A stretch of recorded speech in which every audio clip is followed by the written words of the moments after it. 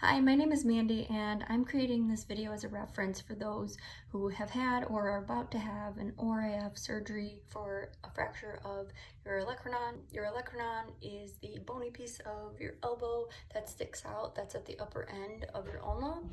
And ORIF stands for Open Reduction Internal Fixation, which means they cut the back of your elbow and they reduce or manually put the pieces of the fracture back together, and then they internally fixate or they hold those pieces together by placing screws, wire, or a plate.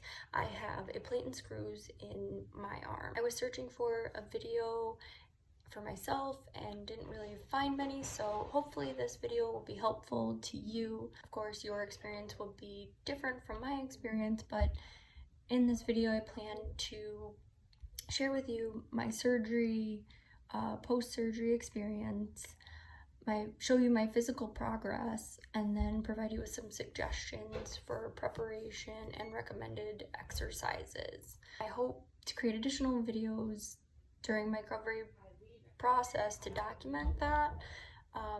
So maybe we can answer questions on what that's like, how long does it take, what functionality do I have, both for normal everyday life, movement, and for exercise. First of all, I just want to say I'm not a medical professional, just a patient sharing my experience, so follow the recommendations of your doctor. A little background about me: I fell in Mexico and broke my elbow. I went to the ER there and was told that I didn't need surgery, and they put me in a hard cast and said follow up back home. So I sent my x-rays to Northwestern Hospital's orthopedic department in Chicago, Illinois, and they got back to me and actually recommended surgery. So my first consult was 2 weeks ago from today. And at that point I had been in a hard cast for 13 days. Since the gap in my fracture was over 1 millimeter and there was some splintering, they recommended surgery, and I was actually scheduled for surgery the next day. They didn't want to wait any longer since it had already been 13 days since the date of injury, and they didn't want the fracture to heal improperly because of that. Now, as for the day of surgery, I was prepped, had the cast removed, and then the only thing I remember is being wheeled back. My surgery took longer than expected. It was supposed to take about an hour and a half, but it was 4 hours total. Like I said, they put the plate and screws in my arm. My wound is covered in like a dressing and then wrapped in an ace bandage. They did give me a sling to wear around my neck and hold my arm.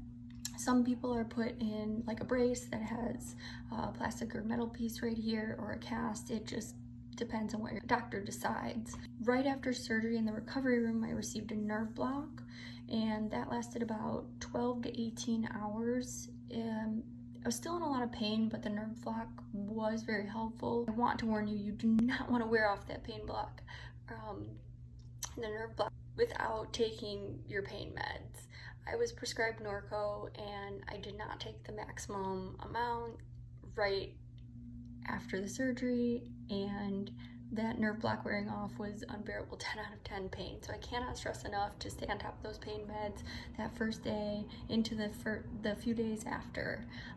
My surgery was on a Thursday. That Friday was probably the worst of all the days. I was taking 2 Norco every 3 hours, but then I slowly was starting to gradually decrease that amount over time, and by Monday I was doing maybe 1 Norco every 6 hours, and by Wednesday I was completely off medication. I was taking Tylenol and ibuprofen along with that. I still am taking Tylenol and ibuprofen. My doctor also suggested vitamin D3 and calcium supplements, so it might be a good idea to get those ahead of time. But with the pain meds, I was also given a stool softener.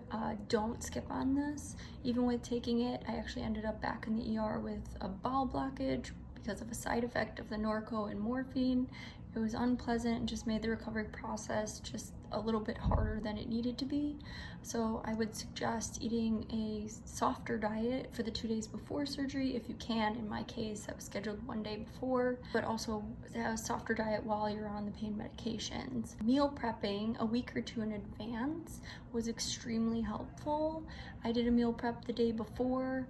I'm so glad I did. I also froze soups in the freezer so that I could just take out. You can make all this ahead of time. It makes your life so much easier to meal prep and stay ahead. You also want to stay hydrated. I had a water bottle with me. I kept it in bed. I filled it up maybe 5 times a day and tried to stay hydrated as much as possible. So for my arm, the swelling the first week was pretty big. I mean, you could see how loose this is already, that it's gone down a lot. During the first 5 days, I was working on movements too of my wrists and my fingers. So I focused on moving my wrist, fingers, and then also my shoulder. So just bending, flexing, rotating in circles for my wrist, then also moving my fingers, and then also moving and bending the thumb, making sure it touches all the fingers. Since I had been immobilized for about 13 days, 14 days before the surgery, I started experiencing some stiffness and pain in my thumb, and moving that really loosened up the tightness there and worked itself out. Also, my shoulder did get sore from the elevation and from being immobilized and just the weight of my arm in the sling. So I started rolling it out and doing shoulder shrugs within those first 5 days as well. For the first week, ice and elevate consistently. Keep on that ice and also with the movement.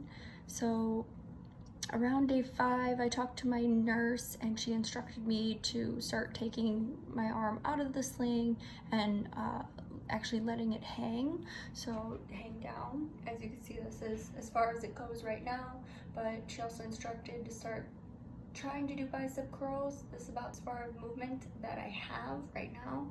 It's about a 50-degree range of motion.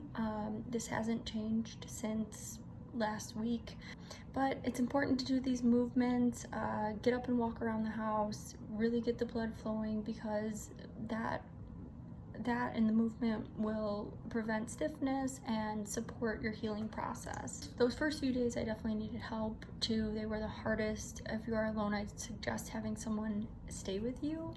I wasn't able to do much more than sleep and eat, and I don't feel like I could have done that alone.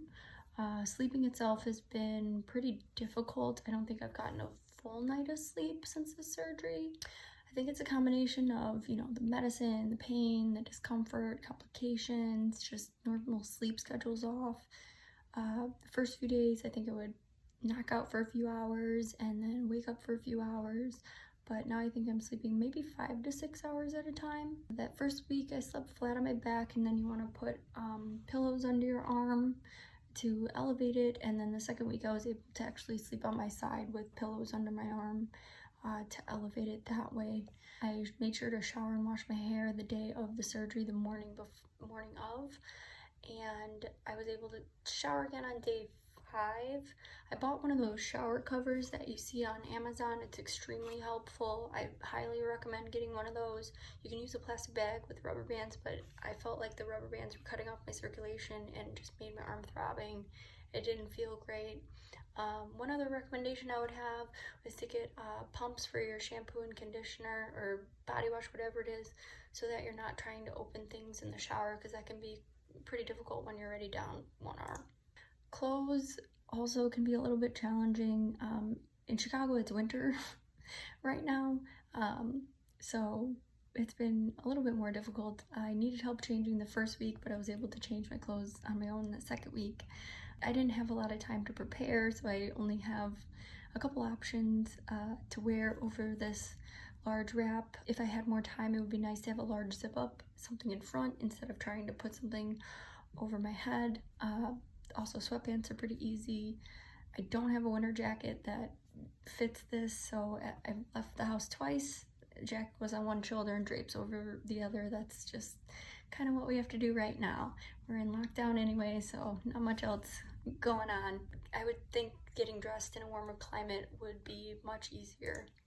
I've been going for 13 days post-surgery now, and I have my follow-up tomorrow post-op, and I believe they're going to remove the dressing from my arm. They're going to give me a schedule on physical therapy and occupational therapy, and I'll learn a little bit more on what the recovery process is going to be like. I'm very interested to learn what they actually did, why my surgery took a little bit longer, and what the recovery process will be like for me. So I will try to do another video after I get a little bit more information, so hopefully that can be helpful to you. But thanks for listening, and hopefully your recovery process goes well.